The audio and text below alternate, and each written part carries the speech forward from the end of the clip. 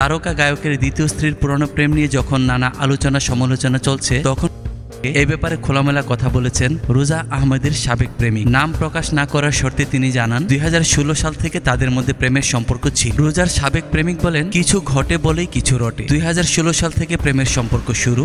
গত 9 বছর আমাদের সম্পর্ক ছিল। গতকাল শনিবার পর্যন্ত বিষয়টি আমি জানতাম না। 3 মাস আগে ব্রেকআপ হয়েছে, অথচ বিভিন্ন মাধ্যমে তারা বলছে 1 বছর ধরে তাদের সম্পর্ক চলছে। আমি জানি না আসলে এটা সত্য কতটুকু, মিথ্যা কতটুকু, কিন্তু আমাদের ব্রেকআপ হয়েছে 3-3.5 মাস হবে। এই ব্রেকআপের কারণও তাহসানই ছিল। যেটা সত্য সেটি আমি ঢাকতে পারবো না মিথ্যা দিয়ে। নিজেকে রোজার সাবেক প্রেমিক দাবি করা যুবক সম্পর্কের গভীরতা নিয়ে বলেন, এটা তো বলা বাহুল্য। 9 বছরের একটি সম্পর্ক, এটা তো বলা যায় না।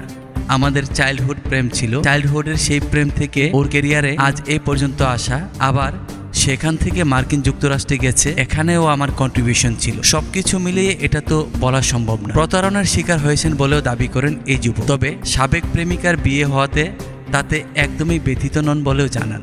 তিনি বলেন, আপনারা তো বিষয়টি এখন জানতে পেরেছেন।